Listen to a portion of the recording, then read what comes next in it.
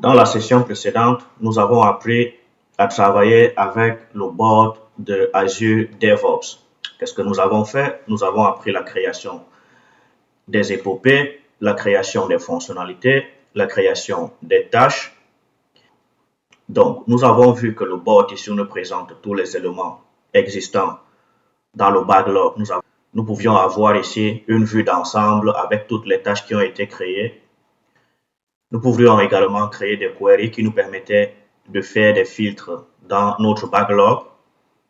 Et dans notre backlog, nous pouvons ici constater que des éléments ont été ajoutés dans notre planification que nous avons à droite ici par des sprints et des itérations. Aujourd'hui, nous parlerons de la phase de développement de DevOps, qui est l'endroit où tous les principaux travaux de développement logiciel se produisent. Ça se passe ici dans le repo. Donc, pour ce faire, nous allons voir ici qu'en entrée, nous prenons en compte les plans d'itération en cours, généralement sous la forme d'affectation des tâches. C'est ce que nous avons fait dans la session passée. Ensuite, produire des artefacts logiciels qui expriment les fonctionnalités mises à jour.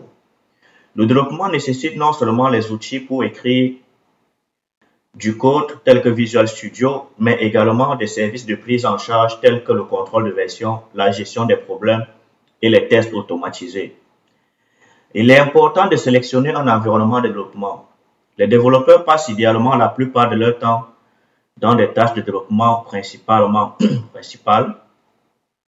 Les développeurs passent idéalement la plupart de leur temps dans les tâches de développement principales, telles que la modification et le débugage du code. Avoir la chaîne d'outils appropriée en place peut faire la différence entre la productivité maximale et les performances sous-optimales. Les environnements de développement intégrés IDE ont évolué au-delà de leurs humbles débuts en tant que lieu de modification et de compilation du code. Aujourd'hui, les développeurs ont la possibilité d'effectuer presque toutes leurs tâches de DevOps à partir d'une expérience utilisateur unique lorsqu'ils sélectionnent l'environnement de développement approprié. Les développeurs doivent gérer le source code généralement via le contrôle de version et un guide. À mesure que les équipes évoluent, le nombre de parties prenantes qui dépendent des bases de code et y contribuent peut croître rapidement. Sans stratégie mise en place pour gérer les modifications apportées au source code, les équipes de développement s'exposent à un risque continu important de confusion, d'erreurs et de perte de productivité. La mise en œuvre même du contrôle de version le plus basique peut protéger contre les pièges. La plupart des équipes choisissent d'utiliser Git, le système de contrôle de version le plus populaire pour gérer leur code.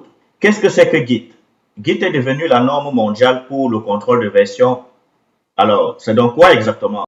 Git est un système de contrôle de version distribué, ce qui signifie qu'un clone local du projet est un dépôt de contrôle de version complet.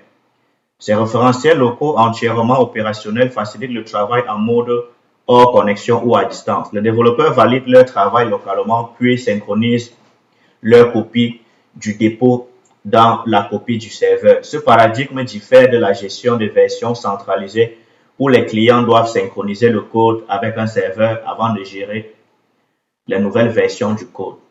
La flexibilité et la popularité des Git constituent un excellent choix pour n'importe quelle équipe. De nombreux développeurs et diplômés du collège savent déjà comment utiliser Git. La communauté d'utilisateurs de Git a créé des ressources pour former les développeurs et la popularité de Git facilite l'obtention d'aide si nécessaire. Presque chaque environnement de développement prend en charge Git et les outils de ligne de commande Git implémentés sur chaque système d'exploitation majeur. Chaque fois que le travail est enregistré, Git crée une validation. Une validation est un instantané de tous les fichiers à un moment donné. Si un fichier n'a pas changé d'une validation à l'autre, Git utilise le fichier précédemment stocké. Cette conception diffère les autres systèmes qui stockent une version initiale d'un fichier et conservent un enregistrement de delta au fil du temps. Les validations créent des liens vers d'autres validations formant un graphique historique de développement. Il est possible de rétablir le code à une validation précédente, inspecter la façon dont les fichiers ont changé d'une validation à l'autre et passer en revue les informations telles que l'emplacement et le moment où les fichiers ont été modifiés. Chaque développeur enregistre les modifications apportées à son propre dépôt de code local. Par conséquent, il peut y avoir de nombreuses modifications différentes basées sur la même validation. Git fournit donc les outils permettant d'isoler les modifications, de les fusionner ultérieurement. Les branches, qui sont des pointeurs légers vers le travail en cours, gèrent cette séparation. Une fois que le travail créé dans une branche est terminé, il peut être refusionné à nouveau vers la branche principale. Les fichiers dans Git se trouvent dans l'un des trois états suivants: modifié, intermédiaire ou validé. Lorsqu'un fichier est modifié pour la première fois, les modifications existent uniquement dans le répertoire de travail. Ils ne font pas encore partie d'une validation ou de l'historique de développement. Le développeur doit mettre un lot de fichiers modifiés à inclure dans la validation. La zone de mise en lot contient toutes les modifications à inclure dans les validations suivantes. Une fois que le développeur est satisfait des fichiers intermédiaires, les fichiers sont embarqués comme validation avec un message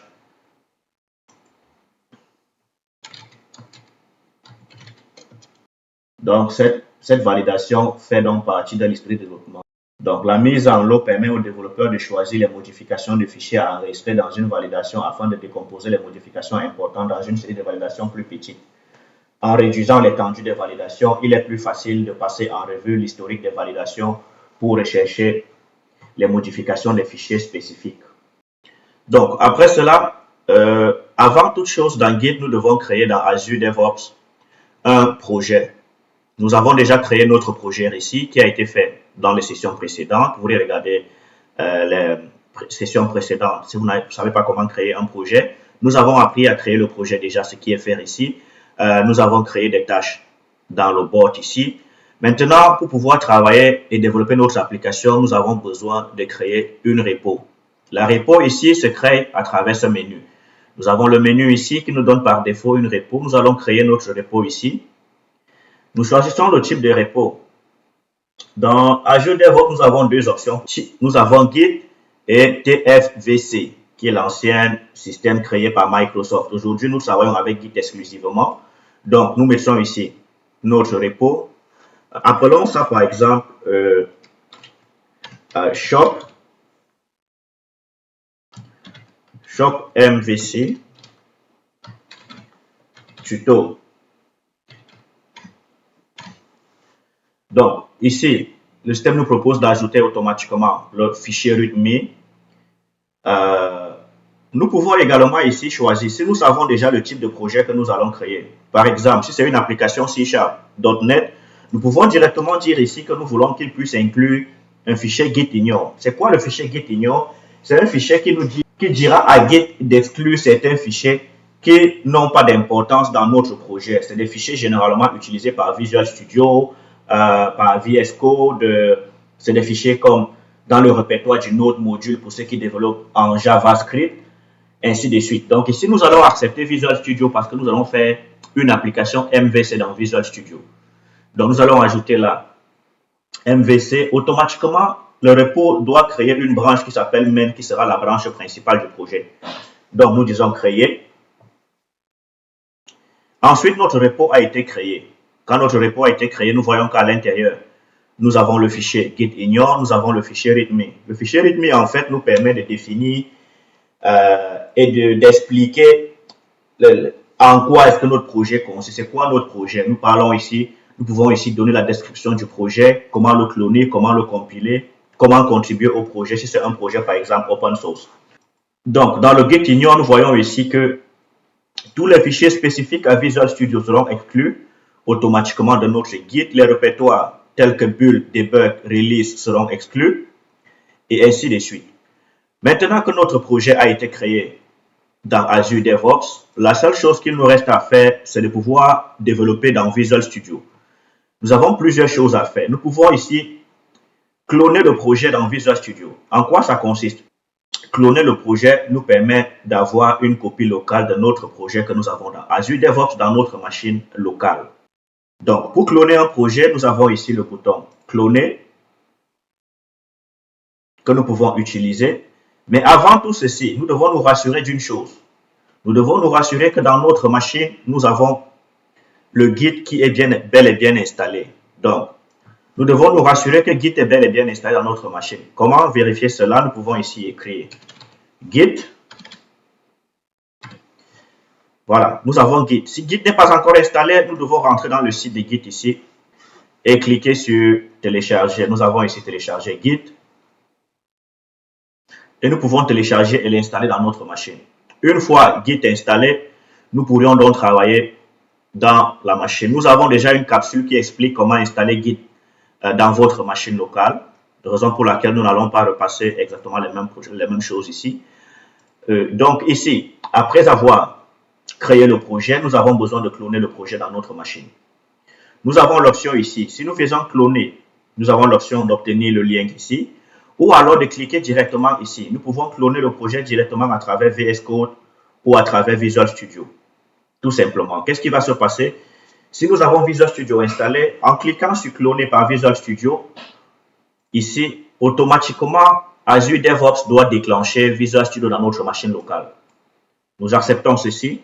Nous voyons que là, voilà Visual Studio qui s'ouvre.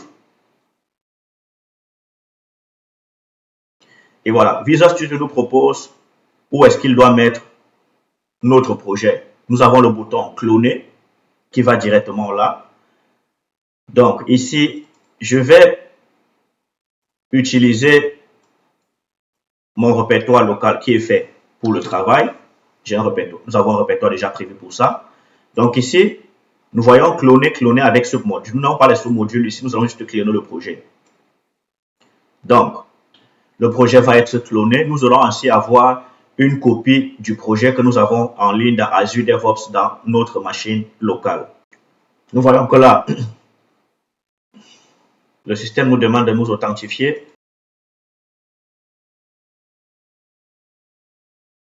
Et voilà, nous avons ici donc notre projet qui a été cloné. Nous constatons que là, nous n'avons aucune solution dans le répertoire. Donc, si on essaye de...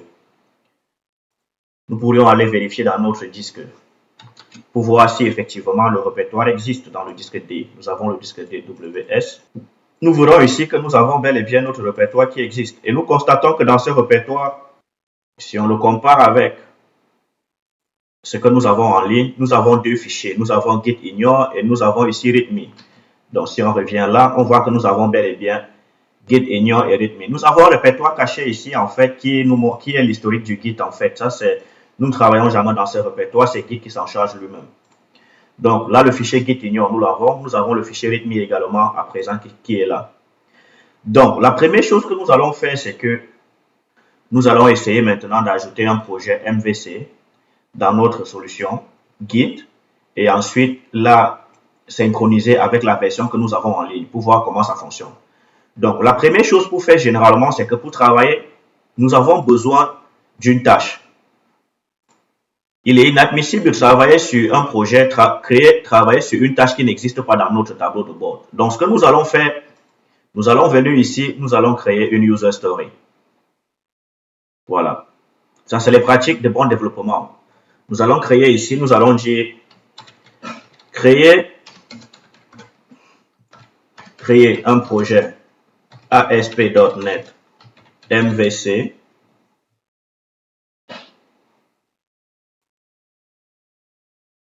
Donc, nous dirons ici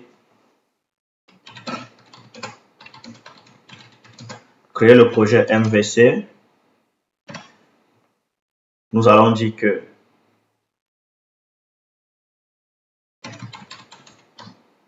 utiliser le framework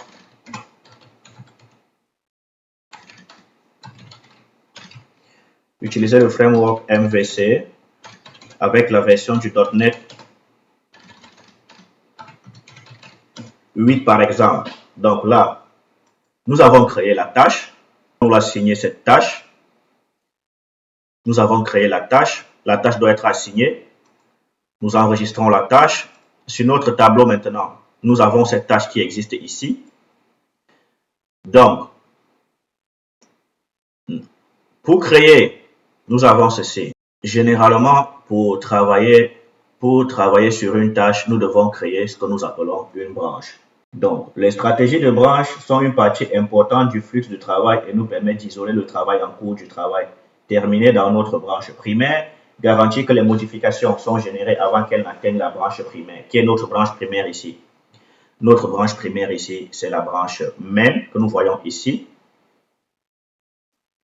Donc, ceci va également permettre de limiter les personnes pouvant contribuer à des branches spécifiques, déterminer qui peut créer les branches et les directives. Donc, maintenant, ici, ce que nous allons faire, nous allons créer une branche, mais cette fois, nous allons la faire en local. Donc, nous pouvons créer une branche ici directement en ligne et la synchroniser, mais nous allons faire maintenant tout en local. Donc, ce que nous allons faire, nous allons venir dans Visual Studio ici. Nous allons ici, mais nous pouvons voir ici en bas, nous avons le bouton main ici.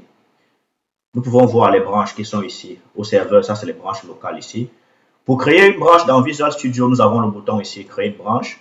Ça va nous demander de créer une branche ici avec le nom de la branche. La meilleure façon de créer les branches ici, c'est de suivre une nomenclature bien spécifique. Chaque équipe détermine comment ceci doit être fait. Nous allons ici déterminer, nous allons voir que qu'est-ce que nous allons faire ici. Nous allons travailler sur une tâche qui est une user story.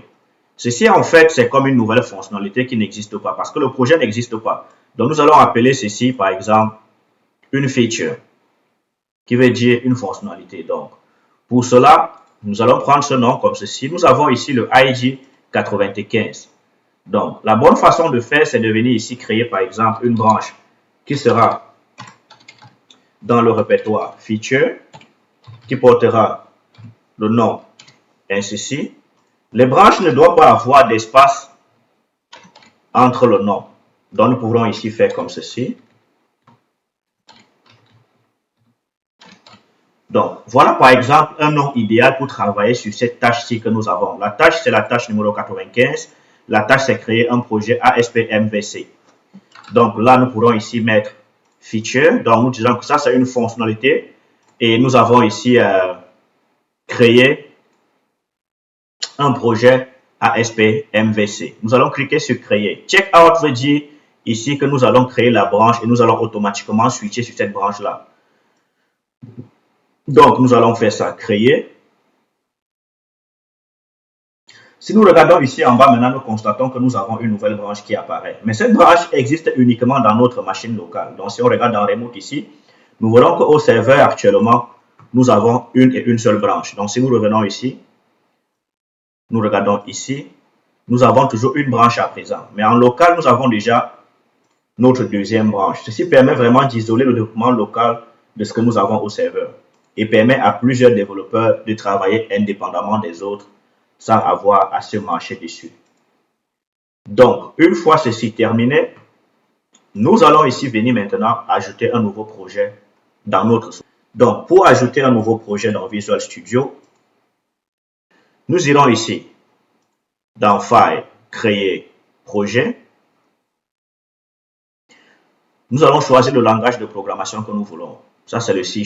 À gauche ici, nous pouvons taper ici MVC. Là, ça nous montre également, ça nous montre le projet dont nous voulons.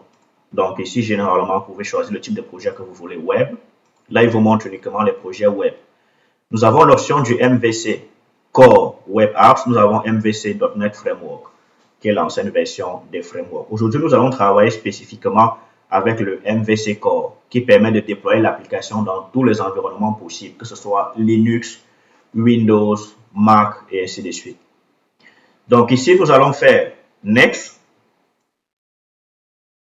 Donc là, nous avons décidé que notre projet va s'appeler, nous pouvons vérifier le nom du projet ici, Shop MVC Tuto. Donc nous allons dire Shop MVC Tuto, qui est le nom de notre projet. Donc là, nous viendrons ici, nous allons choisir dans quel répertoire nous allons mettre cette solution. Nous avons déjà le répertoire qui a été créé par Git. Donc ici, nous allons organiser notre code de la façon suivante. Nous allons avoir le répertoire source où nous allons mettre toute notre solution. Nous allons sélectionner le répertoire source. Donc là, nous allons choisir créer une nouvelle solution ici parce que la solution n'existe pas encore. Maintenant, nous avons ici le nom de la solution et le nom du projet. Donc, nous avons l'option ici de dire ce projet, par exemple, sera un projet web et que la solution n'aura pas de web en extension. Donc là, nous aurons une solution qui va s'appeler Shop MVC Tuto et le projet sera le projet web.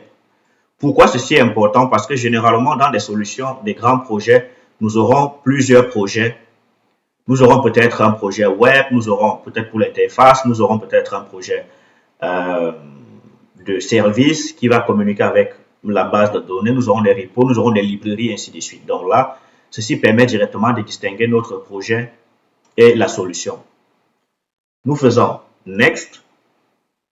Donc là, maintenant, le système nous demande de choisir la version du framework. Nous allons prendre effectivement la version 8, qui est celle qui a été demandée dans notre user storage ici.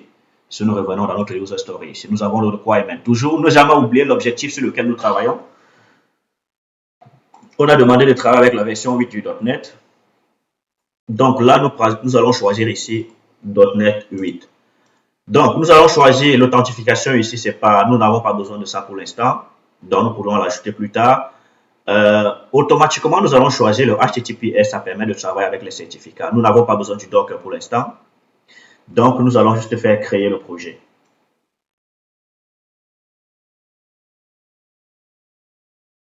Et voilà. Donc, maintenant, nous voyons ici que la première chose à remarquer, c'est que nous avons un plus qui apparaît ici. Si vous remarquez bien, nous avons des plus qui apparaissent ici à droite. Ceci, en fait, c'est Git qui détecte. Git détecte, en fait, qu'il y a des nouveaux fichiers qui sont ajoutés dans la repo. Et ces fichiers sont nouveaux. Le plus veut dire que c'est un fichier carrément nouveau. Donc, nous avons là le programme C#, qui est le projet, qui est le fichier principal de lancement de l'application. Nous avons le fichier de configuration, d'import, ainsi de suite. Nous avons notre contrôleur de base là. Donc, si on revient ici en bas, nous avons Solution Explorer, nous avons Git Change. Nous voyons que Git nous fait comprendre que nous avons beaucoup de fichiers qui ont été ajoutés à la repo ici. Donc, ce qu'il faut voir, c'est que quand un fichier est ajouté, nous avons une extension ici A. A veut dire added en fait. C'est un fichier qui a été ajouté. Nous voyons que nous avons beaucoup de fichiers qui ont été ajoutés à la repo.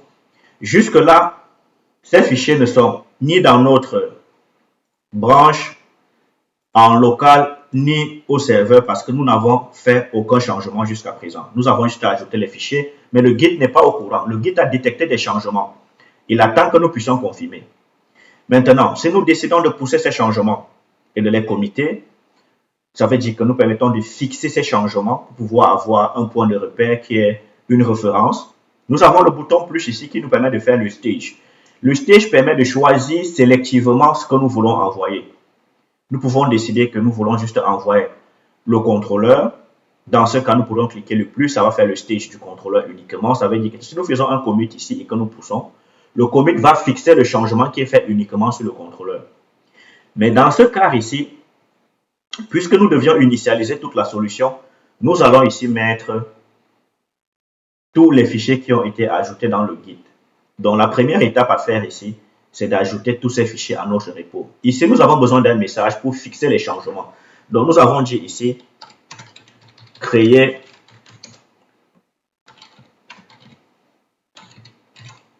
un projet ASP.NET Core MVC. Donc, maintenant, avec ceci, qu'est-ce que nous pouvons faire? Nous avons l'option ici de committer les changements. Le comité va permettre de fixer les changements que nous avons faits ici. Donc, nous voyons qu'il n'y a plus de changement ici parce que nous avons fait le stage. Le stage permet de choisir tous les fichiers que nous allons pousser maintenant pour faire la fixation de nos changements. Ici, nous avons plusieurs options. Nous avons commit stage, commit stage. Commit stage veut dire que nous faisons juste le commit et nous les gardons dans notre machine locale. Commit stage and push veut dire nous committons nos changements en local et nous les poussons sur le serveur. Qu'est-ce qui va se passer? Ça va synchroniser avec le serveur que nous avons ici dans notre branche Azure DevOps ici. Donc, ces changements vont se retrouver automatiquement ici. Donc, si nous regardons ici pour l'instant, nous allons voir que le commit que nous avons un commit initial qui est le premier qui a été créé avec le git ignore. That's it, c'est ça ici. Dans ce commit, nous voyons les changements qui ont été affichés. Nous avons le git ignore ici avec les fichiers. Nous avons le readme également ici qui nous montre les changements qui ont été faits jusque-là. Donc, maintenant ici, nous allons revenir dans Visual Studio ici. Donc là, dans Visual Studio, nous voyons que nous avons nos fichiers ici. à droite qui ont été committés complètement. Nous avons choisi notre message, nous allons les committer.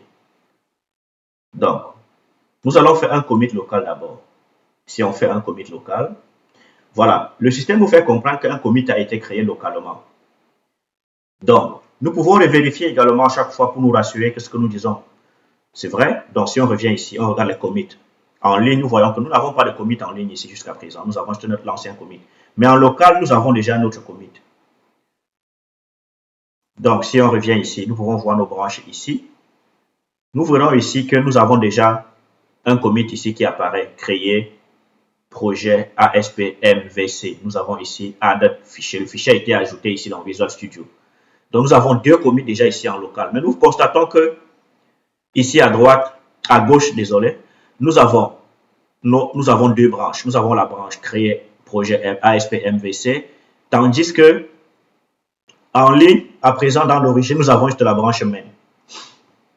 Donc, maintenant, que faire? Nos changements en local ici restent dans notre machine. Mais si nous travaillons sur un projet avec des autres membres de l'équipe, il est clair qu'un changement qui est dans notre machine ne profite pas à l'organisation et ne profite non plus aux membres de notre équipe. Donc, la prochaine étape à faire ici, c'est quoi? C'est de pousser ces changements-ci en ligne. Nous devons les pousser en ligne pour qu'elles se retrouvent également dans le serveur ici. Dans Azure DevOps, pour permettre aux développeurs de pouvoir avoir accès. Donc, pour faire cela, nous avons plusieurs options. Nous pouvons cliquer ici, sur la branche. Nous faisons un clic droit ici. Nous allons ici, l'option Push, qui va pousser cette branche en ligne. Puisque cette branche possède déjà les changements, elle va aller avec tous les commits que nous avons ici. Nous avons également l'option ici à droite. Nous avons le bouton ici, Push, qui fera la même chose. Puisque cette branche est là, elle n'a pas encore été poussée au serveur. Nous regardons Remote ici. Elle n'existe pas là non plus. Donc, nous allons passer à l'étape suivante. Nous allons pousser notre branche au serveur pour la créer. Quand nous allons pousser, nous voyons là bien que, voilà, Visual Studio étant synchronisé avec le serveur nous dit, nous avons pu pousser notre branche à l'origine.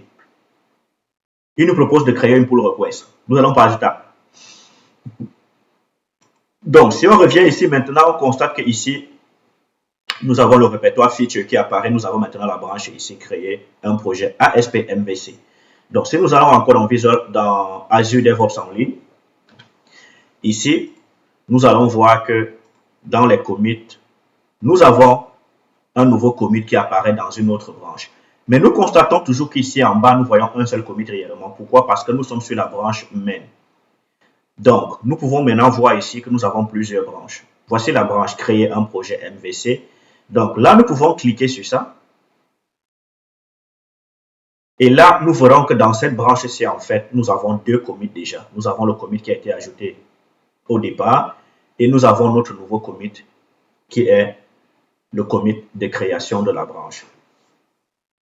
Ici. Donc, si nous cliquons sur ce commit, nous allons voir exactement tout ce que nous avons dans notre machine locale. Nous voyons que nous avons les contrôleurs qui ont été ajoutés ici, nous avons le modèle qui est là, nous avons le projet Add Setting. Voilà. Donc ça, en fait, c'est la première étape quand nous travaillons dans Azure DevOps Repo. Ça veut dire que la première chose, nous créons notre repository. Ensuite, nous travaillons sur des tâches spécifiques qui ont été créées.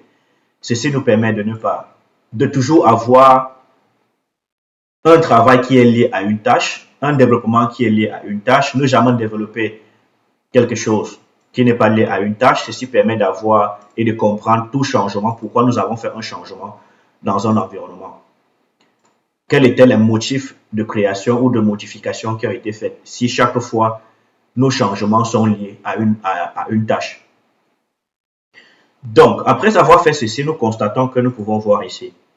Tous les pushs qui ont été faits apparaissent ici. Nous avons le push qui a été là. Nous voyons qui l'a développé, qui a créé.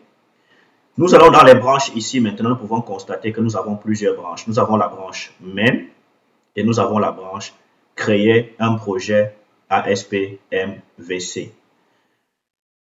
Donc, là maintenant, nous avons vu comment créer une branche. Nous avons vu comment faire des commits. Nous avons vu comment synchroniser notre branche avec le serveur Azure DevOps. Et nous avons vu que nous pouvons ici voir toute la liste de nos branches qui existent. Jusque-là, toutes les branches sont indépendantes. N'importe quel développeur maintenant, s'il va dans Azure DevOps, il pourra également voir cette branche ici et la cloner. Il pourra voir tous les changements que nous avons faits, pourquoi nous les avons faits et quand est-ce que ces changements ont été faits, puisque le commit ici nous dit exactement la date du changement. Voilà. Maintenant, quand nos changements ont été faits, nous avons besoin généralement de merger, de pousser ces changements vers la branche principale parce que nous travaillons dans une branche qui est une fonctionnalité. La branche des fonctionnalités, généralement, c'est une branche qui est faite uniquement pour travailler sur une fonctionnalité. Dès que la fonctionnalité est terminée, la branche doit être supprimée puisqu'elle ne sert plus à rien. Mais avant de supprimer la branche, nous devons nous rassurer que nous avons transféré tous les changements et tout le document qui a été fait dans la branche principale. Ici, notre branche principale, c'est la branche main. Mais ici, nous avons une chose que nous devons faire. Généralement, nous n'allons pas permettre aux développeurs et à toute personne de pouvoir travailler dans la branche principale. Pourquoi? Parce que notre branche principale ici, c'est une branche qui doit être protégée. Parce que généralement, c'est la branche que nous allons utiliser pour déployer notre application en production.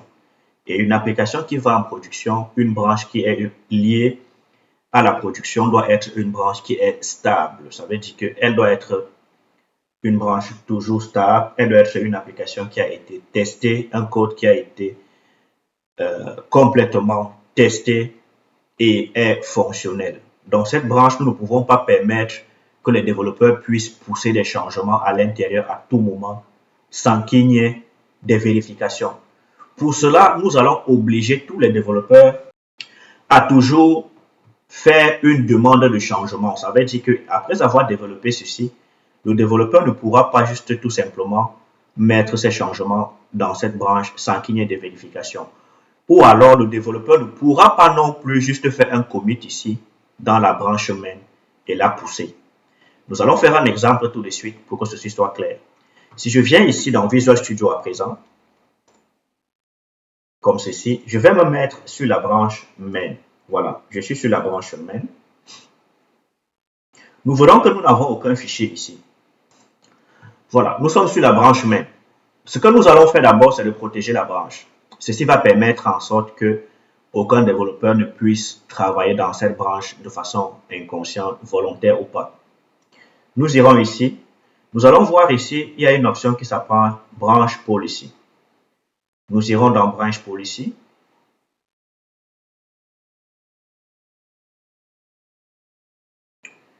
Dans branch policy, nous allons faire des modifications. Nous allons dire ici que l'utilisateur, premièrement, dans les configurations ici, nous voyons ici que nous avons autorisé dans la branche tout type d'éléments. Nous n'avons presque pas de restrictions pour l'instant.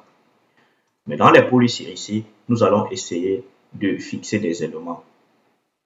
Ça veut dire quoi? Nous allons dire ici. Aucun développeur ne peut, par exemple, merger son code dans la branche principale sans passer par une pull request. Nous allons dire que nous avons besoin d'au moins une personne qui approuve. Nous pouvons ici empêcher, par exemple, le développeur qui a développé de merger sa branche automatiquement. Nous allons faire des restrictions ici également. Nous pouvons dire ne pas permettre la complétion. Si certains développeurs ont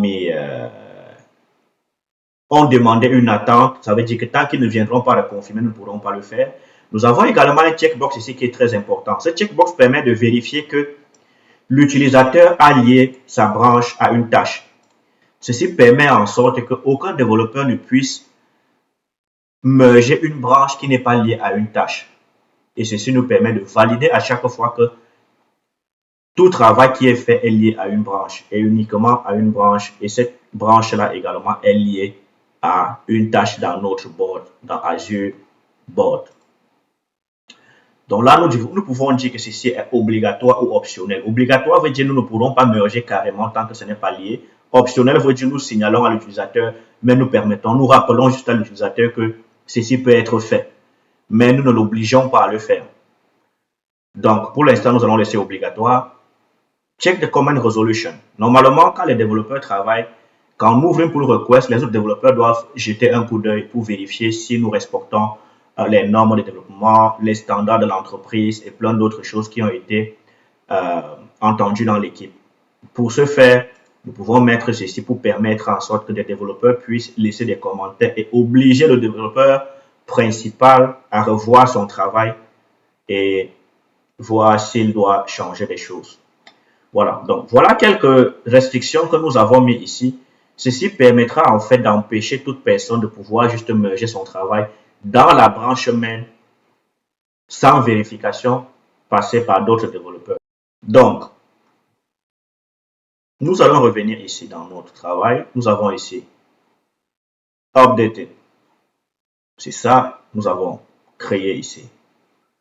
Donc maintenant, pour que nos changements puissent être faits, nous irons ici, nous allons créer ce que nous appelons une merge request. Une merge request, en fait, c'est quoi?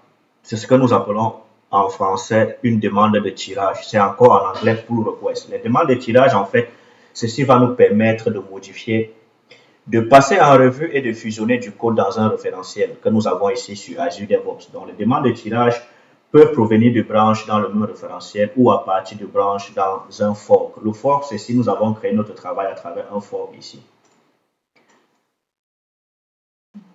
Donc, Teams ici utilise les demandes de tirage en revue de code et fournit des commentaires sur les modifications avant de fusionner le code. Donc, pour ce faire, nous voyons ici que notre commentaire principal apparaît ici avec le nom du projet. Nous pouvons mettre même le numéro du billet ici si nous voulons. Ceci va permettre facilement de lier le billet. Peuvent être ajoutés automatiquement si nous voulons. Work item. Nous voyons que dès que nous cliquons ici dans Work item, nous avons la liste des tâches qui existent dans notre boîte ici. Et si nous avons plusieurs tâches, nous pouvons ne pas facilement la retrouver. Mais si nous connaissons le ID, par exemple 95, comme celle-ci sur laquelle nous travaillons, nous pouvons tout simplement taper 95 ici et elle va apparaître. En cliquant sur elle, nous avons ainsi lié notre tâche à notre travail. Ceci permet en fait à d'autres développeurs qui travaillent sur le projet de comprendre que cette pull request que nous sommes en train de créer ou cette demande de tirage en fait est en fait quelque chose qui est lié à la tâche que nous travaillons. Donc, nous allons mettre là, créer. Nous pouvons ajouter ici des reviews si nous en avons plusieurs personnes dans l'équipe qui travaillent. Ceci peut ici être fait plusieurs. Ceci peut être fait aussi là. Donc, là, nous ajoutons un reviewer ici. Les tags, ce n'est pas obligatoire. Donc là, nous allons dire, ça c'est créer un projet ASP.NET MVC. Nous avons dit créer. Donc, la demande de changement a été créée ici. Si nous regardons ici les fichiers, que nous pouvons voir ici les fichiers avec les changements qui ont été faits. Nous voyons les updates ici qui nous donnent tous les commits qui existent dans cette branche. Based on commit, ça veut dire que cette commit-ci est basée sur la commit précédente. Ça veut dire que la branche a été créée à partir de cette commit-ci qui existait avant la précédente. Cette commit ne contenait que deux fichiers, git-ignore et readme que nous avons ici actuellement. Donc voilà, nous avons créé ce que nous appelons une pull request. Nous pouvons voir nos commits ici, les updates, les fichiers qui ont été modifiés. Donc, nos collègues développeurs pourront venir par exemple, ils pourront regarder notre code ici. Nous voyons maintenant ici que quoi? Du fait que nous avons mis des restrictions sur notre branche, nous voyons ici que nous avons deux checks ici qui signalent. Ça nous dit quoi? Ça nous dit un work item doit être lié. Ça met succeed. Ça veut dire que le work item ici existe. Les commentaires doivent être résolus. Il n'y a aucun commentaire, c'est pourquoi c'est résolu. Donc, si je reviens ici et que nous supprimons notre work item, qu'est-ce qu'on constate? On constate automatiquement que la branche nous signale qu'il y a un problème ici. Donc, Azure DevOps nous dit non, vous devrez obligatoirement lier une tâche à votre travail. Si on clique sur check ici, on voit maintenant que c'est fail. Donc là, la tâche, nous n'avons aucune tâche qui est liée à notre travail, ce qui n'est pas normal. Les commentaires doivent être résolus, nous n'avons aucun commentaire, donc c'est succès. Donc, ce qu'il faut faire, donc, c'est revenir ici. Donc, nous pourrons toujours ajouter le work item, même si nous avons oublié. Nous revenons ici, nous mettons notre 95 ici. Nous avons créé projet MVC. Là, il réapparaît. Donc, nous pouvons toujours ajouter des membres ici, les enlever à tout moment. Nous pouvons le work item ajouter plusieurs work items ici qui sont liés. Là, nous voyons qui a créé la pull request. La description de notre pull request également est là. Voilà. Donc, c'est ça. Ensuite, nous voyons ici les options. La pull request peut être approuvée avec suggestion, wait for author, ça veut dire attendre l'auteur, ou rejeter carrément. Donc, quand elle est approuvée ou approuvée avec suggestion, le développeur peut merger sa branche dans la branche principale, mais quand c'est wait for author, aucun merge n'est possible tant que le développeur qui a mis cette mention ne viendra l'enlever. Nous avons également ici set autocomplete. Cette autocomplete ici nous fait comprendre tout simplement que dès que toutes les conditions ici sont réunies, automatiquement la branche va merger. Complete veut dire, ok, là nous forçons le complete nous-mêmes. Mark as draft veut dire, si nous travaillons encore sur une fonctionnalité qui n'est pas encore terminée, mais nous voulons garder notre travail, nous pouvons mettre la branche la merge en draft. Ceci permet aux autres membres de l'équipe et développeurs de comprendre que le travail n'est pas encore terminé, mais ils ont le droit de regard, ils peuvent jeter un coup d'œil et déjà faire des suggestions sur le travail qui a été fait jusqu'à présent. Donc, ainsi, nous avons abandonné. Ça, c'est peut-être si nous avons travaillé sur une tâche et à un moment donné, il y a eu des changements des règles d'affaires ou alors l'équipe a décidé tout simplement de ne plus faire cette tâche-là. Nous pourrons l'abandonner, la pull request tout simplement. Et là, voilà. Donc, nous avons ici les options telles que share, nous pouvons partager la pull request avec d'autres par mail. Nous pouvons enregistrer tous les commentaires, c'est-à-dire les télécharger. Nous pouvons follow. Par défaut, celui qui crée la pull request automatiquement suit la pull request. Mais d'autres développeurs pourront choisir cette option s'ils veulent recevoir les notifications à chaque fois qu'il y a un changement sur cette pull request. Donc, nous avons là View, Merge, Change, c'est voir les changements qu'il y a dans cette merge. Restarter, c'est redémarrer la pull request tout simplement. Changer la branche. Nous avons ici, par exemple, la branche qu'elle va dans. Nous allons dans la branche main ici. Parfois, nous pourrons nous rendre compte que nous avons fait une erreur, surtout quand nous avons plusieurs environnements, par exemple, comme l'environnement de production, l'environnement de développement, le staging. Il pourra avoir plusieurs branches de fonctionnalités et plusieurs branches par environnement.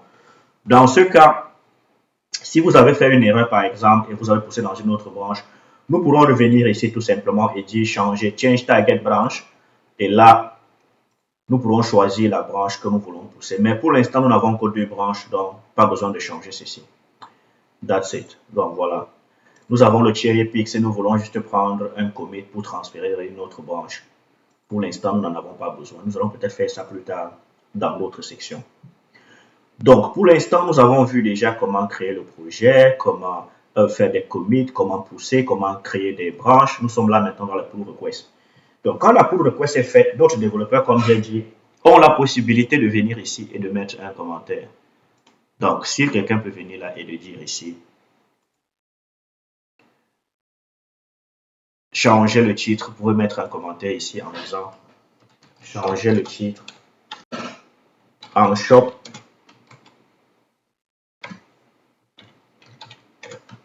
MVC tuto. Là, nous mettons un commentaire. Qu'est-ce qui va se passer? Le commentaire a été ajouté. Si nous revenons à la page principale, nous voyons maintenant ici que le système nous dit la branche ne peut plus être mergée. Il y a un commentaire qui a été ajouté. Donc, ce commentaire reste là. Nous pouvons voir ici changer le titre. Nous considérons que c'est un commentaire qui a été ajouté par l'un de nos collègues, ce qui veut dire que nous ne pourrons pas la merger.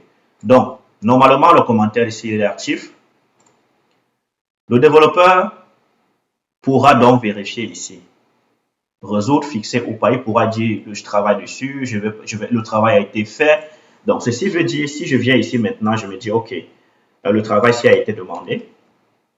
Je m'en vais dans mon Visual Studio. En fait, le projet a été créé ici, mais il n'a pas été loadé dans Visual Studio, raison pour laquelle il n'apparaît pas ici. Donc, en fait, généralement, vous devrez ici venir ouvrir la solution après l'avoir clonée pour la première fois. Ça, c'est uniquement la première fois que vous allez faire ça généralement. Donc, nous allons chercher notre projet ici. C'est Shop MVC Tuto que voici. Nous allons dans Tuto, nous allons voir le projet. Voilà la solution qui est là, nous ouvrons la solution.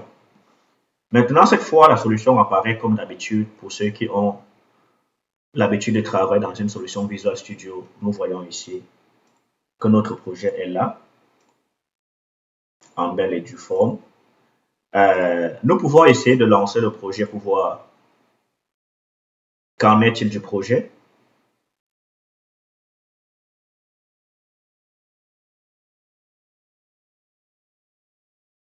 Et voilà, nous voyons que notre solution s'ouvre bien. Voilà une solution qui s'ouvre très bien. Donc maintenant, nous avons reçu de changer le titre de homepage à Shop MVC Tuto. Donc nous allons copier ça ici. Nous allons venir ici. Nous allons chercher notre homepage qui est ceci. Nous allons faire ça.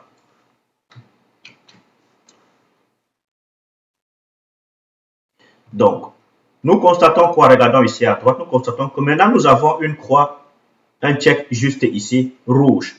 Ça, c'est Git qui détecte que ce fichier a subi un changement en fait. Maintenant, si nous allons dans Git Change, qu'est-ce que nous constatons? Nous constatons que Git nous montre ici qu'un changement a été fait. Maintenant, nous avons plutôt l'insigne M. Ce n'est plus l'insigne A comme tout à l'heure. L'insigne M veut dire modifier, donc le fichier a été modifié. Donc ici, nous allons dire ici que qu'est-ce que nous avons fait? Le titre du site a été changé. Voilà. Donc là, nous avons ici commit and push. Nous pouvons d'abord ici faire le stage, mais si nous faisons commit and push, automatiquement, Visual Studio va nous proposer d'ajouter ces fichiers automatiquement au Git avant de committer. Donc là, nous allons faire notre stage. Ceci permet de contrôler généralement les changements que nous poussons.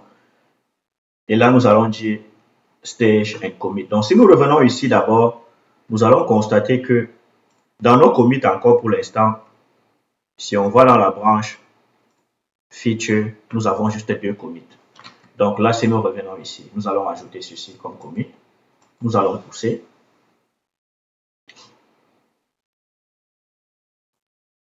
Donc, qu'est-ce qui se passe en fait? C'est que nous allons revenir ici.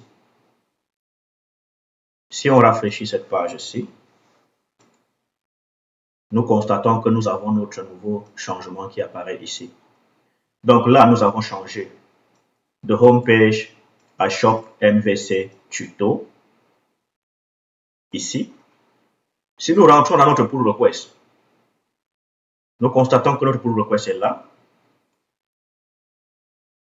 Et là, cette fois, nous voyons qu'il y a eu un double. Après le commentaire qui a été ajouté, nous avons ici un nouveau titre et le commentaire qui nous montre le changement qui a été fait. Ça veut dire que le développeur qui a mis le commentaire ici peut être notifié si nous voulons. Dépendamment de comment votre équipe travaille, dans certaines équipes, il est autorisé au développeur de venir tout simplement ici et de dire ce commentaire a été résolu, tout simplement, et permettre aux autres de vérifier. Ou alors, c'est le développeur principal qui a laissé le commentaire qui reviendra valider pour voir si le changement qui a été fait est exactement ce que lui, il a demandé. Et il pourra approuver ainsi tout simplement en mettant ici, disons, soit il met un commentaire s'il veut et il met reply and resolve, ou alors tout simplement il peut cliquer ici resolve, tout simplement. Donc là, on va mettre reply and resolve. Voilà, il a été fixé. Donc quand ça m'est fixé maintenant ici, nous voyons que notre croix rouge de commentaire également disparaît encore ici. Donc nous avons encore une chose ici qui nous bloque pour le fonctionnement, c'est que nous avons dit dans les configurations de notre branche principale qu'au moins une personne doit approuver la PR, qui est la pull request ici. Donc là, nous voyons que le système nous dit au moins une personne doit approuver ceci pour que la tâche puisse être mergée dans la branche principale. Donc ceci est en attente. Donc là, comme je suis en train de faire la démo seule ici, je vais juste l'approuver moi-même. Je n'ai pas mis les restrictions.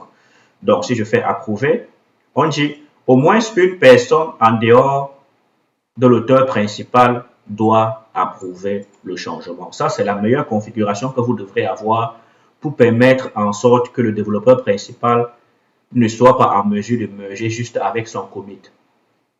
Voilà. Mais ici, pour uniquement l'objectif d'avancer dans cette présentation, je vais enlever la restriction pour permettre à ce que moi-même je puisse approuver mes pull requests et de pouvoir les merger tout simplement. Mais dans les configurations normales de projet standard, c'est comme ceci que ça doit être fait. Vous n'allez pas pouvoir permettre à n'importe qui de venir ici et d'approuver sa pull request personnellement et de la merger dans sa branche. Donc, pour la suite, qu'est-ce que nous allons faire? Donc, je vais donc aller pour l'instant essayer de changer les configurations pour permettre à ce que le développeur principal puisse approuver sa pull request et de la merger, tout simplement. Donc, je vais rentrer encore dans branche ici. Je vais aller ici dans Policy. Je vais revenir ici. On voit ici l'option une personne approuvée. Nous avons Allow Requester to approve their own change. Ça, c'est cette option-là ici. En fait, je l'ai laissé expressément pour que nous puissions voir ensemble quel est l'impact de ce checkbox-ci.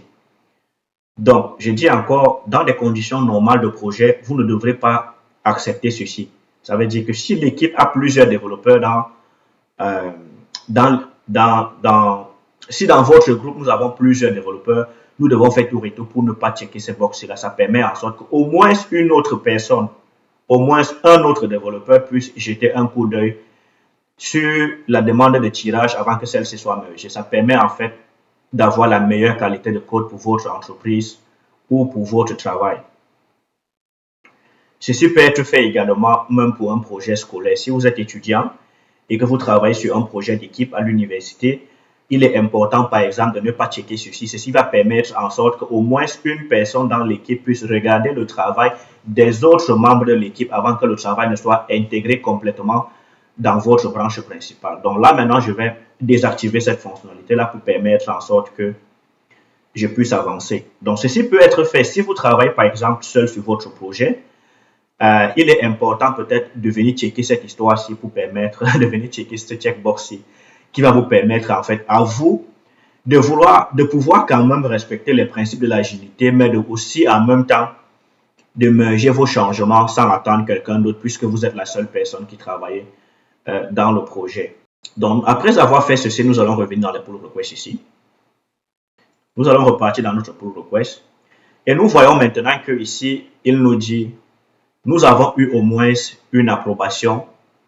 Donc, tous les changements ont été succeed. Une approbation. Aucun merge conflict. Donc, il nous dit, nous pouvons merger maintenant notre pull request vers la branche principale. Je rappelle encore ici, nous allons merger nos changements dans la branche main. Pour les cycles de validation, revalidons notre branche main. Notre branche main n'a que 2 fichiers actuellement. Nous rentrons dans notre pull request. Nous regardons ici, nous sommes dans la branche créer projet ASP.MVC. Donc là, nous allons faire quoi? Nous allons compléter maintenant notre pull request. Ceci permet de merger nos changements dans la branche principale. En fait, cette étape, généralement, est faite après que nous ayons validé tout notre travail. Nous avons testé notre application et nous avons validé que tout fonctionne bien. Donc, dans les sessions futures, nous allons montrer comment prévenir même l'utilisateur de pouvoir merger sa branche si la compilation ne passe pas. Mais c'est quand nous allons passer au niveau de l'étape des pipelines. Maintenant, nous travaillons uniquement sur la branche et les merge requests, donc nous n'allons pas faire ces restrictions actuellement. Donc, ce que je vais faire, nous allons merger notre complètement ici. Nous avons plusieurs options qui se présentent à nous ici. Maintenant, le système nous dit, nous allons merger nos changements, nos deux commits dans la branche principale.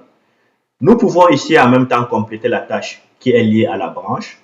Ça, c'est si par exemple notre travail ferme complètement.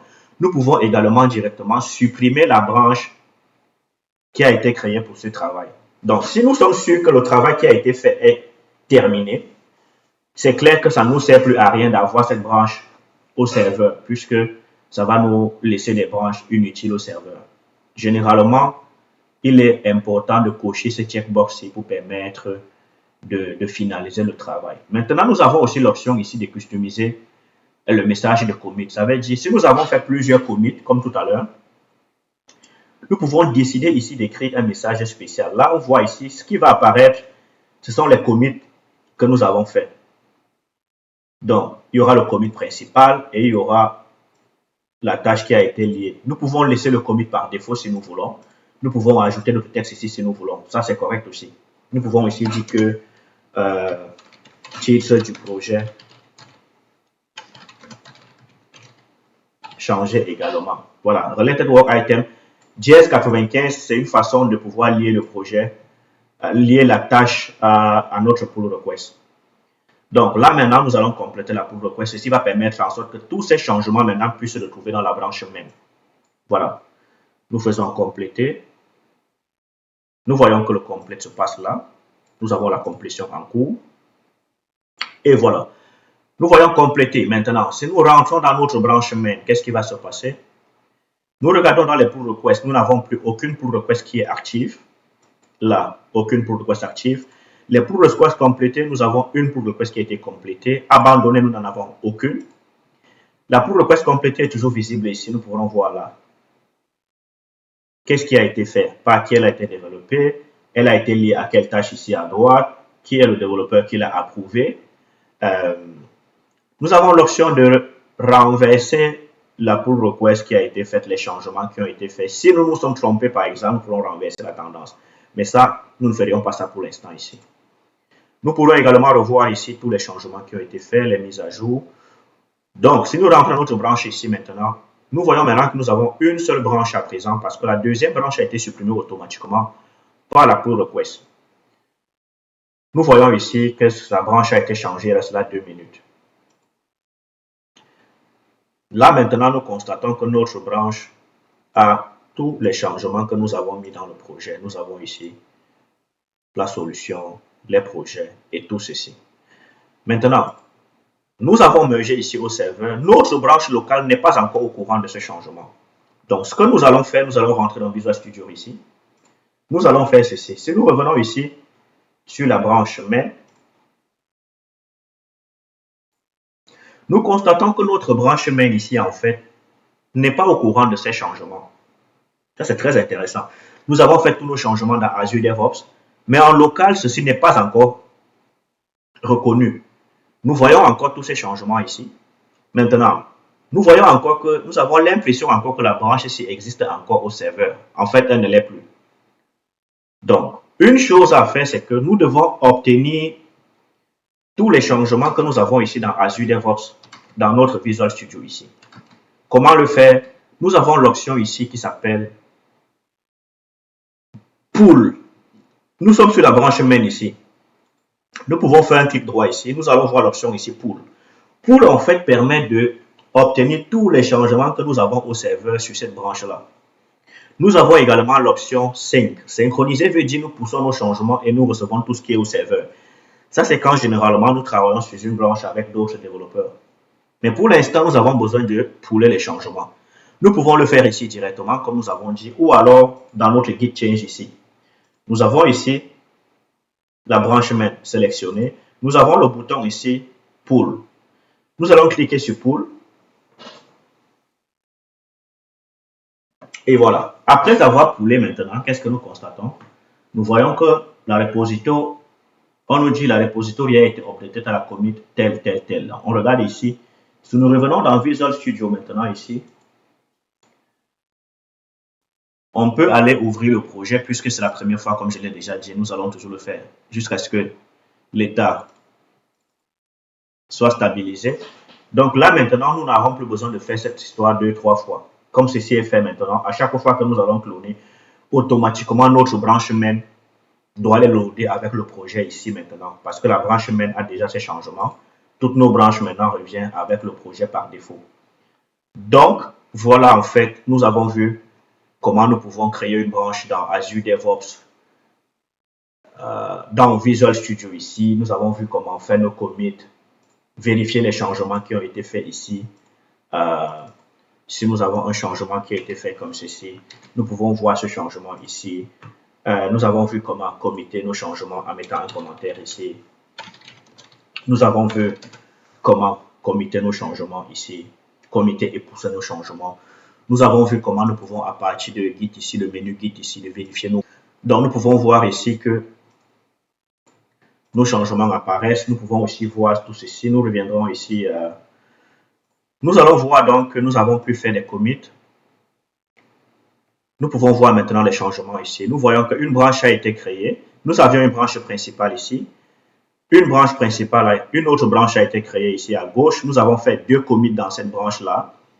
Nous avons repoussé nos changements vers la branche principale. Donc, nous voyons ici bien qu'il y a eu 2 commits en cours de route et les 2 branches ont été mergées finalement. Nous avons vu que nous avons eu des pushes ici qui ont été faits. Dans nos pushes, on voit nos changements ici. Nous avons nos branches ici. Là, nous voyons qu'il y a une seule branche qui existe à présent. C'est ici que nous avons fait nos pull requests. En conclusion, l'objectif aujourd'hui était en fait d'apprendre comment créer une repo, créer une branche, faire des demandes de changement, les merger, synchroniser Visual Studio que nous avons ici avec Visual Studio Team Server que nous avons en ligne qui est Azure DevOps aujourd'hui, gérer les branches, qu'elles soient en remote ou en local ici. Avec Visual Studio, nous pouvons faire synchroniser. Donc voilà, en conclusion, nous allons dire que aujourd'hui, nous avons appris comment créer une repo ici dans Visual Studio Azure DevOps. Nous avons appris comment faire des commits, nous avons appris comment créer des branches ici, comment configurer des branches, configurer la sécurité de la branche. Nous avons appris également comment faire des pull requests. Nous avons appris comment pousser nos changements en ligne à travers Visual Studio dans Azure DevOps. Nous avons appris comment merger nos requests et comment supprimer une branche automatiquement qui existe. Nous avons appris comment consulter une pull request. Nous avons appris comment approuver une pull request, comment ajouter des commentaires à une pull request ici. Et voilà. Donc, en fait, c'était ça l'objectif d'aujourd'hui. Dans les prochaines présentations, les prochaines capsules, nous allons voir comment ajouter des pipelines à un projet qui a été créé, comment prévenir le merge si le pipeline n'a pas bien buildé, si les tests n'ont pas été faits. Nous allons en gros travailler sur la section suivante que nous avons dans Azure DevOps qui est les pipelines de développement. Merci de nous avoir écoutés. Si vous avez aimé ces contenus, nous vous prions de bien vouloir liker, partager avec vos amis, de s'abonner à notre chaîne. Et merci et à une prochaine capsule qui parlera ici des pipelines dans Azure DevOps.